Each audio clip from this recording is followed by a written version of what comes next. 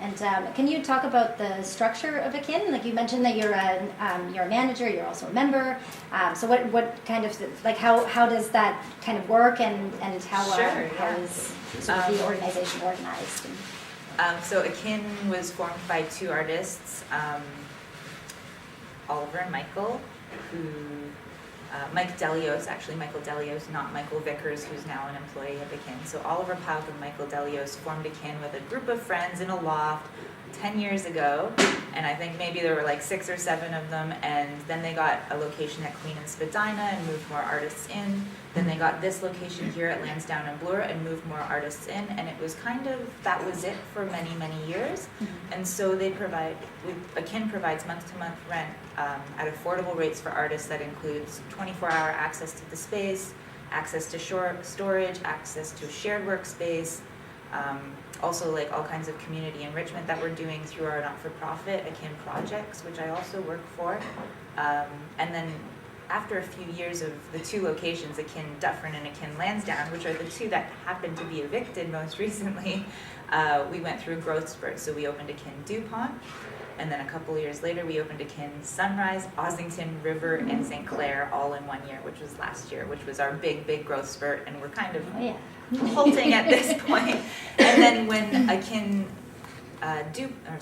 Dufferin at Queen and Dufferin was evicted, we got the new space at King and Spadina.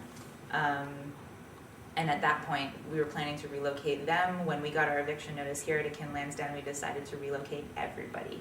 So we've got close to 85 artists, I think, moving into King and Spadina, evicted from 2 separate Akin locations, moving in together into this new, also temporary community, because the lease we got in the new space is, again, that building's scheduled for demolition. It's going to become this crazy other project. And so we're looking at adopting a more nomadic approach to studio spaces, because artists really want to be near the museums and the galleries and the supply shops and the artist communities. They want to stay in the core of the city, but rent has become absolutely unaffordable for anybody to do that.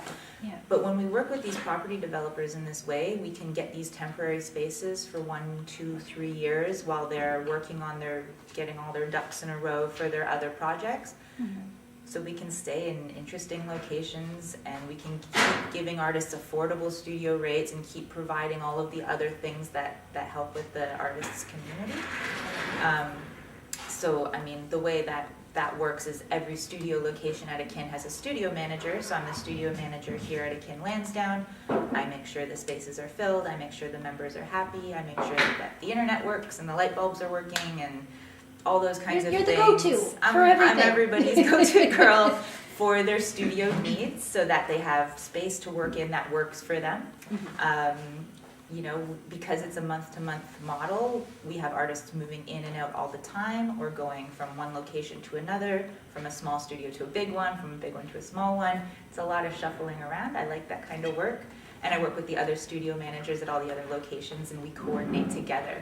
So Akin has 7 staff now, as well as Oliver Pauk, who is the founder and director of Akin, who's not technically staff because he's not technically paid by Akin. Right. He's like, this is his baby, he's just nurturing us, and soon he's going to have his own baby, and he's going to release us into the world while he takes care of his family at home.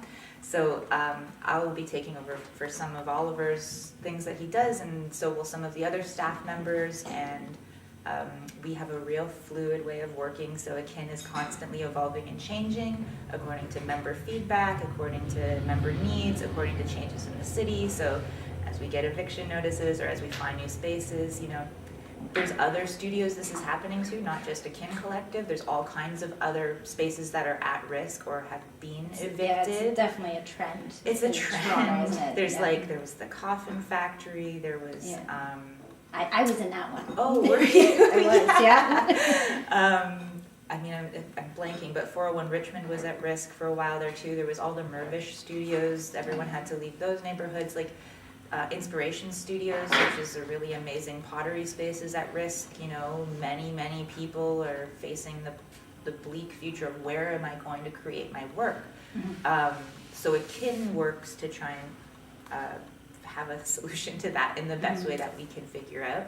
Yeah. And it's been a really interesting time because when I started working for Akin, we had 3 locations, and now we have 7 or 8, or it's hard to keep track now that we opened the need has not Mocha. diminished, right? And like, the problems have only gotten worse. Like, right. we got the eviction for Queen and Dufferin to be out by March 1st. Mm-hmm. Now we have to be out of here by May 1st. Who knows what's going to happen in the future? So we always got our eyes peeled for new spaces, for new partners to collaborate, and all of that.